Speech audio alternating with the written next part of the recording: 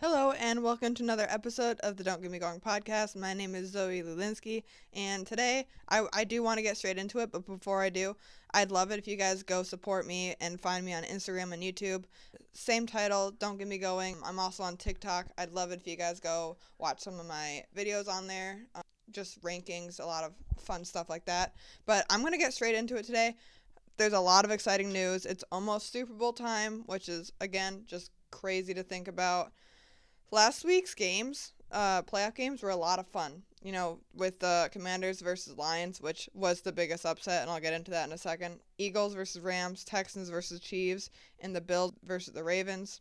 Every other game I had correct other than the Commanders-Lions game where the Commanders upset the Lions.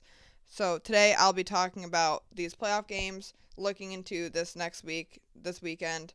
And then NFL Honors is coming up soon with, MVP award, everything like that. So I'm also going to dive into that.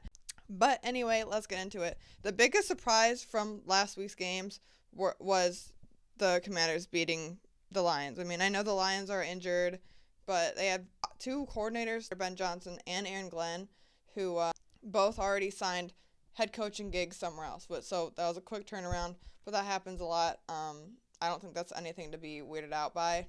It happens every single team. But that was a big surprise. Jaden Daniels, I mean, he's a rookie. He's looked insane.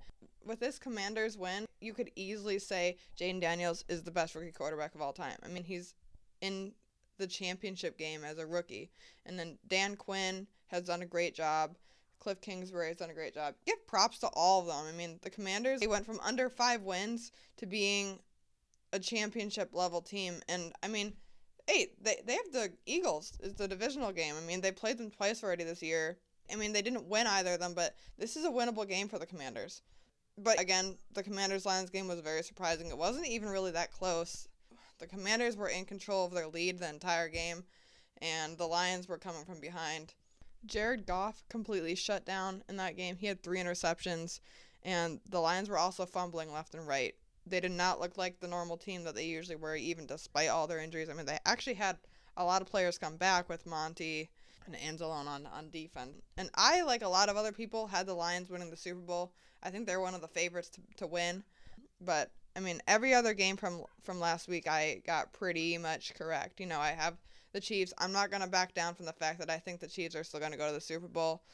They're even more dangerous now that the Lions are out. I mean, the way I like to look at it is that the Bears are undefeated in 2025, and every other team in the division has a loss under their belt. But looking at this Commanders versus Lions game, I can't help but think about the fact that this is what the Bears would have been if they had not lost against the Eagles with that double doink. This is really reminding me of the 2018 Bears. Obviously, I mean, it's not like they're really even that similar, other than just having a new coach. But just, young quarterback, new coach, really great on one side of the ball. Like the Bears 2018 spirit has been put into the Commanders. Having talked about that last round of the playoffs, I'm going to get into possible Super Bowl matchups. I actually want to rank the 4 Super Bowl possibilities based off how much I'd like to see it. As of now, my prediction, of course, since the Lions are out, my prediction is now going to be the Chiefs versus the Eagles in the Super Bowl. If this is the way it pans out, I do think the Chiefs are going to three-peat. It seems like it's going to happen. I just have that feeling. The Eagles' offense, I think they run through Saquon, and if you can stop Saquon, that offense might struggle a little bit.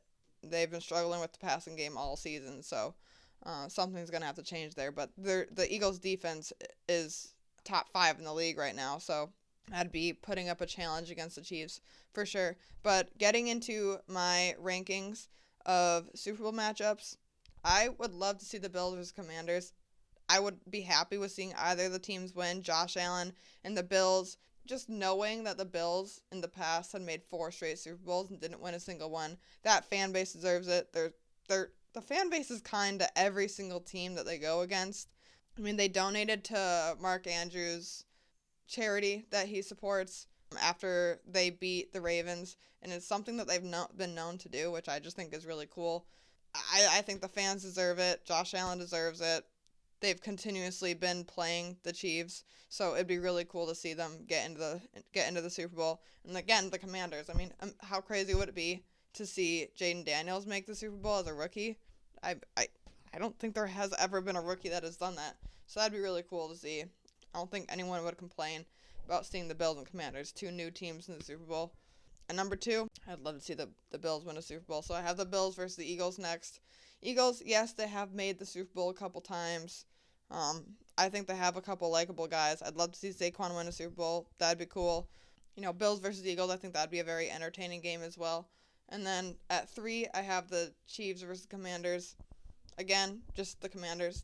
Bills and Commanders, like I said, are the two teams I'd love to see in the Super Bowl, and there'd be a new look there. And then at number 4, Chiefs versus Eagles. We've seen that before. I think I don't remember what Super Bowl it was, but there already has been a Chiefs versus Eagles Super Bowl in the last decade. So, and for entertainment wise, I think that would be the order I'd put them in. But realistically, I think Chiefs and Eagles is the most likely, like I've said.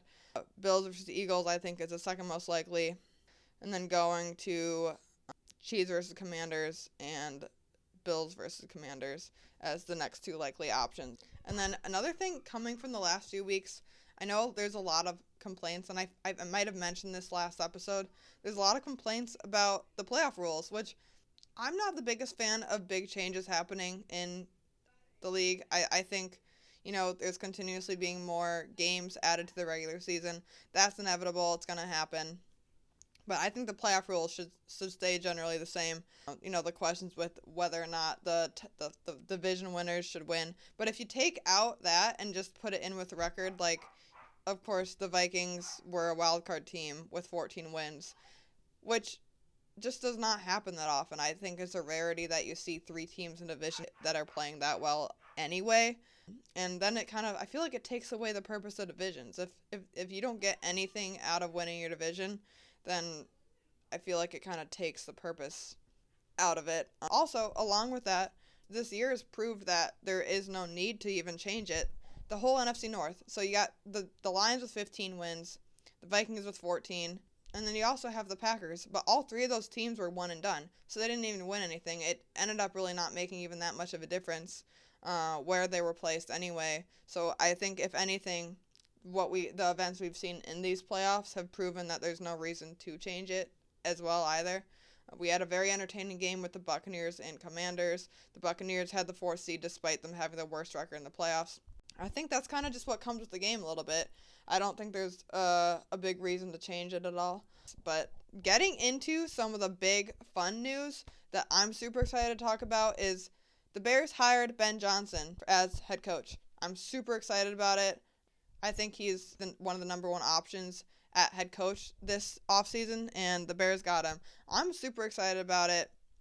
He's been with the Lions since 2019, and in researching for this, I actually didn't know he was a tight ends coach, which makes me super excited. I'm really hoping that he could work on getting Cole Kmet and the tight ends more involved in the Chicago Bears offense. Cole Kmet, I think, is a top 5, top 10 tight end in the league if he's used in the right way, and we saw it multiple times for the Bears this season in games just inconsistently. I mean, the Jaguars, he scored 2 touchdowns against in London. He had a couple other big games here and there, but it's very inconsistent, and I think if you can consistently get him the ball or allow him to make plays for others, I mean, he's one of the biggest game changers on the Bears that they have. So I'd love to see if Ben Johnson can make a difference.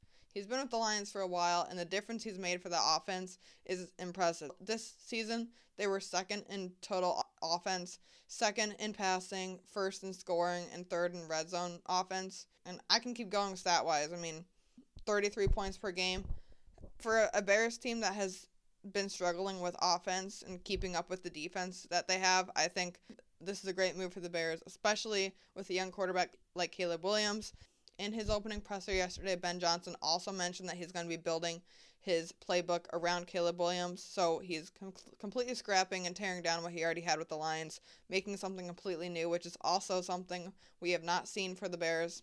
Matt Eberflus brought in players that fit his scheme, where Ben Johnson's doing the complete opposite. I think that's a really good sign for Caleb Williams and the Chicago Bears and that offense. And it sounds to me like he has a couple assistants lined up for offense coordinator and defense coordinator gigs. So I'm excited to see where that goes. Building the offense around Caleb Williams and focusing on the offensive line, which also sounds like something they'll be doing. It's good signs for the Bears. I mean, they already have a stacked roster on paper. Of course, it didn't play out this year. They only had 5 wins, but they ended on a high note, and if they can continue bringing that momentum into the offseason, I'm really excited to see where the Bears can go next season, especially in a division like that. I think they have a pretty hard schedule, so I'm curious to see how that goes. But the other big news, other coordinator for the Lions, a little concerning for the Lions. I'm really curious how they're going to look next year. Aaron Glenn, the defensive coordinator, just signed with the Jets, and he's another guy who completely transformed that defense. They were top 5 rushing defense and number 1 on third downs. So if that tells you anything, I mean, the stats can speak for themselves, but I think that's a great signing. I don't mind the fact that they're sticking with a defensive-minded guy. I think that could benefit them. And it sounds to me like he might be wanting to keep Aaron Rodgers, so I'm actually really curious what happens there if Devontae Adams ends up staying. He's also not new to the Jets. I think this is a really fun and interesting hire for the Jets as well. This is going to be his 3rd time being a part of that team. He was a scout for them, and before that he played for them as a first-round pick, so I think that's also really cool. It's also culture. I mean, you don't only want someone who knows the game of football, but you want someone who can create a good culture, and I think both Ben Johnson and Aaron Glenn can do that. Especially, I mean, they worked under Dan Campbell, who's one of the best guys for leadership and that type of role culture in the whole league. So they've seen it, and I think they could both do it themselves. So that's really cool to see. I'm curious what the Raiders, Saints, and Cowboys do. There's been a couple rumors with the Cowboys, but I heard that's been shut down. So I am still really curious to see what they do. And then heading to NFL awards, like I mentioned, the NFL award ceremony is coming up soon. I've mentioned the MVP a lot. I do think it's going to end up going to Josh Allen. As I mentioned last week, I thought the winner of the Ravens versus Bills game would end up getting the MVP. I think Josh Allen might just edge Lamar Jackson out a little bit. So at MVP, I have Josh Allen. Of course, runner-up by like a minuscule is Lamar Jackson. And then for Defensive Player of the Year, TJ Watt. He had a bit of a down year for sack-wise, but he led the league in tackles for loss with 18 and also forced 6 fumbles. So overall, I think he had a great year, especially on that Steelers defense. Steelers defense is always super good. I don't think anything changed with that. I mean, they're a playoff team still. So Defensive Player of the Year, in my opinion, goes to TJ. I think Patrick Surtain will be coming in second if you want to count the who's coming in second with everything. Offensive Player of the Year.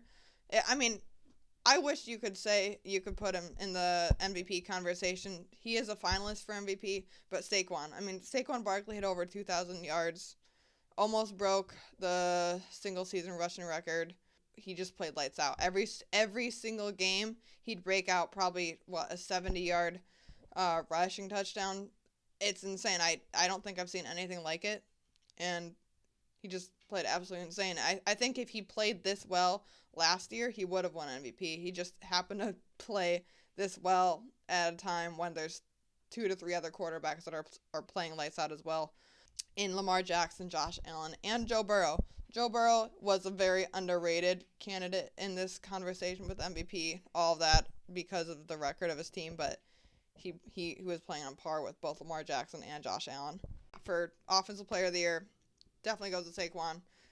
He completely transformed the Eagles' offense even. I mean, the Eagles' offense has been good for a while, and they've always had a solid running back, but having a running back like Saquon, I mean, all they had to do was give him the ball, and they're able to score, even despite having a weaker passing game this year. Offensive Rookie of the Year, I also think, is a no-brainer, especially with how far the Commanders are going. It's Jaden Daniels. It's hard to say that because, I mean, Bo Nix had a good season, and Brock Bowers has broken numerous rookie tight end records, but Jaden Daniels has led this Commanders team all the way to the championship round so far, and, I mean, that whole offense has been really good. Top offense in the league this year, so they've been really good. Defensive Rookie of the Year, I think will go to Jared Verse. Without him, that defense would be completely different. Jared Verse is on the Rams, and I think the impact he has on a young defense like that, just being able to create pressure like he did, I think he's going to be Defensive Rookie of the Year. And then for Comeback Player of the Year, I do also have Joe Burrow. He's coming back for a torn ligament, and I think he's played lights out this entire year. He's the only reason why the Bengals were even in playoff conversation in the first place. His connection with Jamar Chase was insane this year. And, I mean, he's an MVP candidate, so Comeback Player of the Year for him for sure. But I do also want to mention J.K. Dobbins and Sam Darnold. They both played really well. J.K. Dobbins really had his first year where he played most of the season, and he showed why he was drafted so high originally to the Ravens, and obviously with the Chargers now, he has done very well. And then Sam Darnold had a really good season. He's a top 10 quarterback this season so far, especially. And then Coach of the Year, I have Kevin O'Connell. The Vikings were expected to be fourth in the division, expected to be bottom half of the league, and then they ended up going out and winning their first 5 games, and people were still doubting them. I was doubting them. I could say that even. I thought they were going to slow down at some point. And they only lost to 2 teams this entire season, even despite the fact that they lost 4 games total.